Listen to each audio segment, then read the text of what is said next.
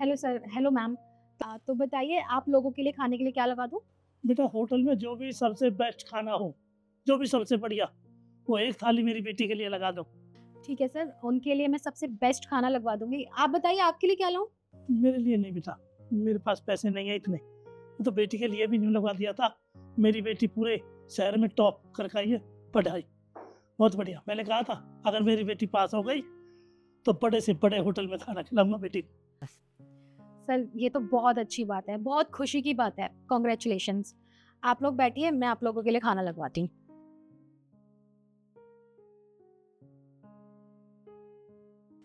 Sir सामने table पे 2 लोग बैठे हैं और खाना उन्होंने सिर्फ़ 1 प्लेट ऑर्डर किया है।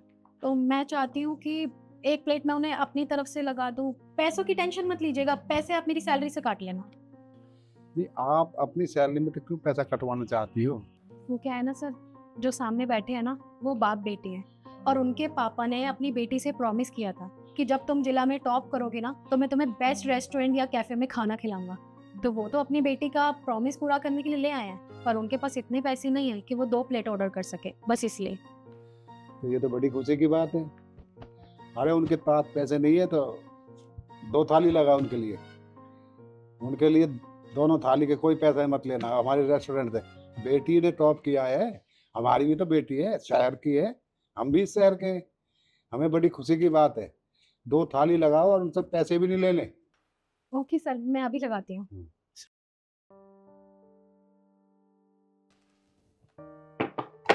लीजिए मैम, ये आपका खाना। सर आपका खाना भी थोड़ी देर में आ रहा है। अरे नहीं बेटा, मेरे पे पैसे नहीं है, एक ही थाली बहुत। बिटिया के लिए चाहिए था ना, तो बेटी के लिए बस। हाँ बेटा। भाई साहब आपको पैसा देने की ज़रूरत नहीं है, दोनों थाली फ्री हैं। अरे बेटी ने टॉप किया है, आपको खुशी नहीं, हमको भी खुशी है। ठीक है इशू, इनको खाना खिलाओ और इनके घर के लिए भी खाना दो और एक मिठाई का डिब्बा हमारी तरफ से, हमारे रेस्टोरेंट तरफ से। हैं, आराम से खाना खाओ और खूब तरक्की करो बेटा। शुक्रिया बाबू जी, बहुत बहुत धन्यवाद आपका, बहुत बहुत शुक्रिया आपका। भगवान आपके चार चांद लगाए, दिन दोगुनी रात चौगुनी करे आपकी। बहुत बहुत धन्यवाद साहब। ठीक है, आप आराम से शांति में खाना खाओ और खाना और मिठाई लेके जाना। ठीक है साहब। आप लोग खाना खाइए और सर मैं आपका भिजवाती हूँ। हम्म।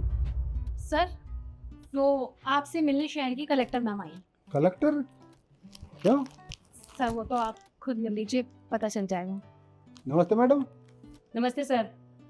मैडम आप हमसे मिलना है, समझ में नहीं आया। सर आपने मुझे पहचाना नहीं शायद। मैं आपको बताती हूँ। कुछ टाइम पहले हम यहाँ पर खाना खाने के लिए आए थे, मैं और मेरे पापा।